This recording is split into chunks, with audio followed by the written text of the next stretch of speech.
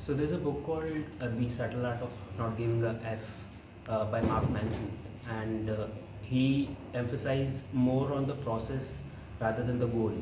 And if you enjoy the process, if you learn through the process, your goals are very easy to achieve. What I've learned in these 4 days of PMP training is understanding the process well.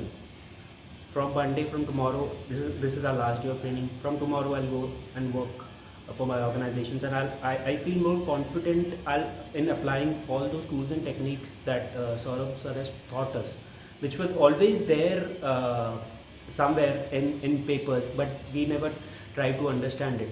I am more confident now to take that, learn, study it, and apply it in my job parallelly, so that it helps me get a greater understanding of what PMI is trying to bring that particular value in every one of us from the Project Management Institute point of view.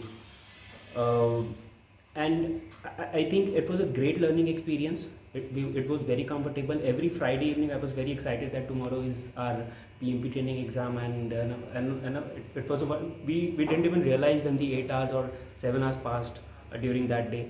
So thank you so much, Saurabh sir, thank you so much, ProThoughts, and looking forward, and I'll keep posting on my certification.